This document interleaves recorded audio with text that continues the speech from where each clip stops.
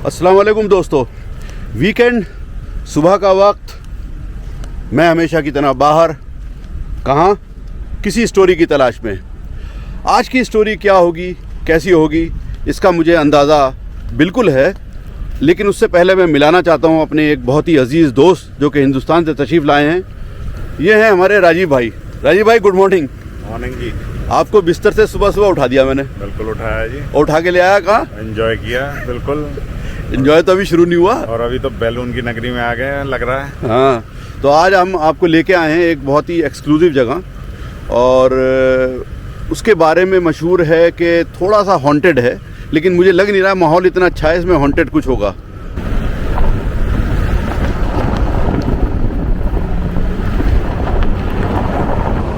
सामने एक बस्ती नज़र आ रही है, उसके बारे में डिटेल से मैं बताऊंगा गाड़ी से उतरने के बाद। अभी गाड़ी जो है सैंड के ऊपर इधर से उधर भागती फिर रही है। आप लोगों को ताज्जुब हो रहा होगा कि मैं कैसी जगह आप लोगों को ले आया हूँ। हकीकत में इस जगह का नाम घोस्ट विलेज है। अब घोस्ट विलेज से जो एक तसव्वुर जहन में उभरता है वो भूत का होता है। ऐसी कोई बात नहीं है, डरने की ज़रूरत नहीं है, सुबह का वक्त है। ये बात अलग है कि यहाँ मैं हूँ, मेरी तन्हाई अक्सर होती थी, लेकिन मेरी तन्हाई के साथ आज राजीव भाई भी मौजूद हैं। बताता ही चलूँ कि घोस्ट विलेज क्यों कहते हैं। इसके बारे में असलियत हकीकत में तो कोई सही से नहीं बता पाया, कि मैंने बहुत कोशिश करी।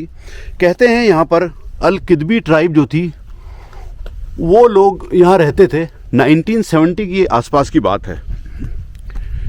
कुछ लोगों का मानना है उन लोगों के पास यार इंफ्रास्ट्रक्चर की वजह से वो लोग छोड़ के चले गए। कुछ लोग जो ब्रॉडर पर्सपेक्टिव है वो ये है कि यहाँ पर कुछ ऐसी सुपर नेचुरल एक्टिविटीज़ हुआ करती थी जो कि वो लोग रह नहीं पाए, इसलिए उनको जाना पड़ा। और सुपर नेचुरल की जब हम बात करते हैं तो जिन्नों की बात करते हैं, जिन्नात की। तो कहते हैं यहाँ पर जिन्नातों का असर था। बहरहाल वो बात आई गई हो गई। उसके अलावा ये जिस डेज़र्ट के उस हिस्से में ये पड़ता है कि जहाँ पर सैंड जो है बहुत तेज़ी के साथ घरों को कवर कर लेती है। वक्त गुज़रता गया।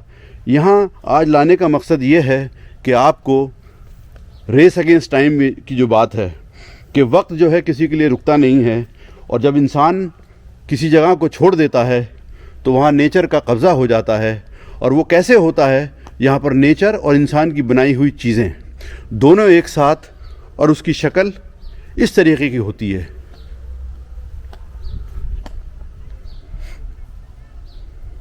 सामने एक दीवार, उस पे किसी ने, ये ड्राइंग रूम रहा होगा सजाने के लिए किसी ज़माने में, और अब यहाँ पर सिर्फ़ और सिर्फ रेत का कब्ज़ा है ना। अच्छा इम्तिज़ाज, ये जगह है ना कमाल की।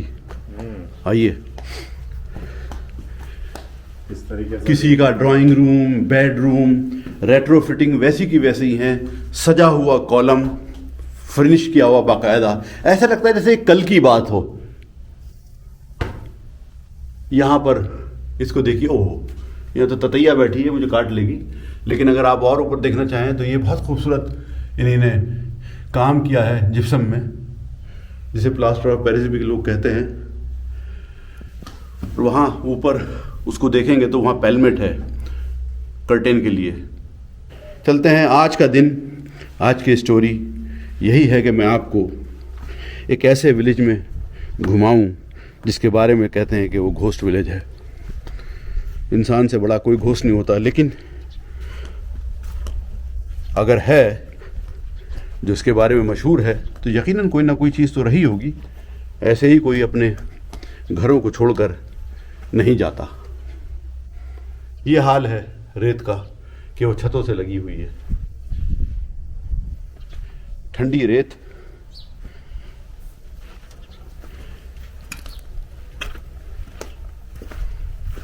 आपको मेहनत करनी पड़ती है बाकायदा इस घर के अंदर, जो कभी रहा होगा, नेविगेट करने के लिए। अरे बाप रे बाप। आइए छत पे चलते हैं, और छत पे चलने के लिए यहाँ पर जीने की ज़रूरत नहीं है। यहाँ अब जहाँ मैं चल रहा हूँ, देखिए मेरे पैर जो हैं ये बाउंड्री वॉल के ऊपर हैं इस वक्त, और मैं जा रहा हूँ यहाँ से छत पर। और ये आ गए साहब हम छत के ऊपर। हकीकत तो ये थी कि मैं बोलूँ कम और दिखाऊँ ज़्यादा, ताकि आप लोग इस वाइब को महसूस कर सकें।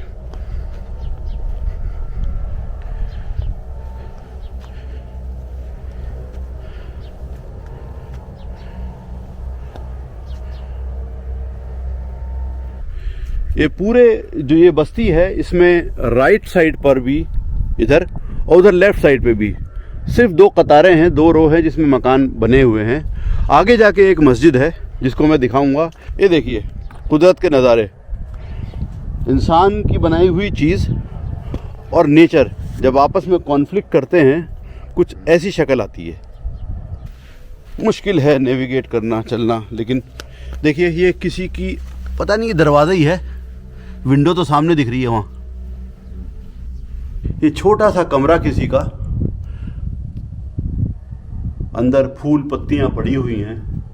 वहाँ एक विंडो, उस विंडो से भी रेत निकल के आगे। देखिए कुदरत ने अपनी जगह बना ली। ये एक पेड़ जो था यहाँ निकल आया इतने सालों में, और ये पेड़ इतना बड़ा हो गया, बेरी का पेड़। वाह, दीवार फांद के आने का कंसेप्ट था हिंदुस्तान में, वो यहाँ डिफाई हो गया है। यहाँ दीवारें चढ़ के ही आप दूसरा रास्ता बना सकते हैं। ये वाला घर थोड़ा नज़र आया जिसमें अभी भी चीज़ें सलामत हैं। सलामत इन द सेंस, मतलब सैंड इतनी ज़्यादा नज़र नहीं आ रही है मुझे, लेकिन यकीन होगी ज़रूर यहाँ पर भी।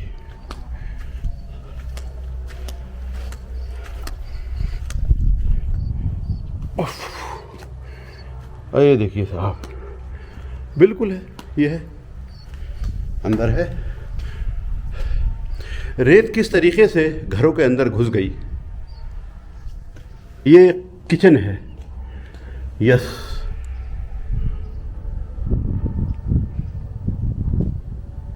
महसूस करिए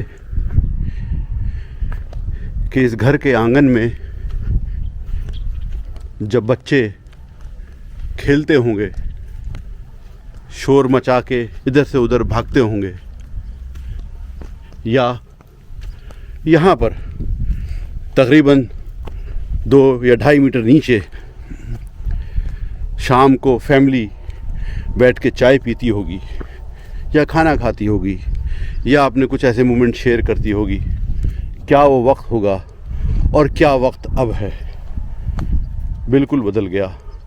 वक्त हर चीज़ को बदल देता है, वक्त चलता रहता है,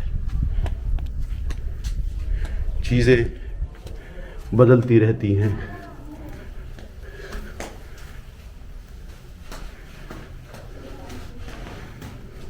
रेत पे चलते हुए, कमरों में घुसते हुए, खिड़कियां दरवाजे निहारते हुए, कभी टीले पर, कभी छत पर, कभी छत पर, कभी बाउंड्री वॉल पर, कुल मिला के तमाम फ़र्क यहाँ मिट चुके हैं, है ना। एक ही सफ़ में खड़े हो गए महमूद और अयाज़, ना कोई बंदा रहा और ना कोई बंदा नवाज। ज़िंदगी यहाँ लेके आ जाती है, वक्त सारे फ़र्क मिटा देता है, बाकी रह जाती है तो एक तारीख़, एक हिस्ट्री जिसको इंसान अपने अपने तरीक़े से इंटरप्रेट करता है। यह है सच्चाई। हर वो चीज़ जो दुनिया में आई है उसको मौत है, उसको फ़ना है, उसको ख़त्म होना है। अब मैं आपकी मुलाकात करवाता हूँ एक ऐसे दरख्त से, एक ऐसे ट्री से जहाँ पर मुझे यकीनन कुछ ना कुछ महसूस ज़रूर हुआ। शायद मेरा वहम हो, लेकिन ये ट्री जो है यकीनन काफ़ी पुराना है। ये 70 साल से भी ज़्यादा पुराना लग रहा है, और यहाँ कुछ ना कुछ महसूस ज़रूर होता है। ये है वो दरख्त, इसका फैलाव देखिए, और इसके साथ इसकी जो ब्रांचेस हैं यकीनन ये किसी बेहुदे इंसान ने, नहीं बेहुदा नहीं कह रहा, गलत कह रहा हूँ, शायद आग लगाने की कोशिश करी है यहाँ पर, जो कि बड़ी गलत बात है। नेचर है, इसको प्रिजर्व करना चाहिए। हकीकत में मैं यही ट्री आपको दिखाना चाह रहा था। ये बहुत बड़ा दरख्त है और इसकी शाखें जो हैं, इसकी जो ब्रांचेस हैं वो काफ़ी फैली हैं।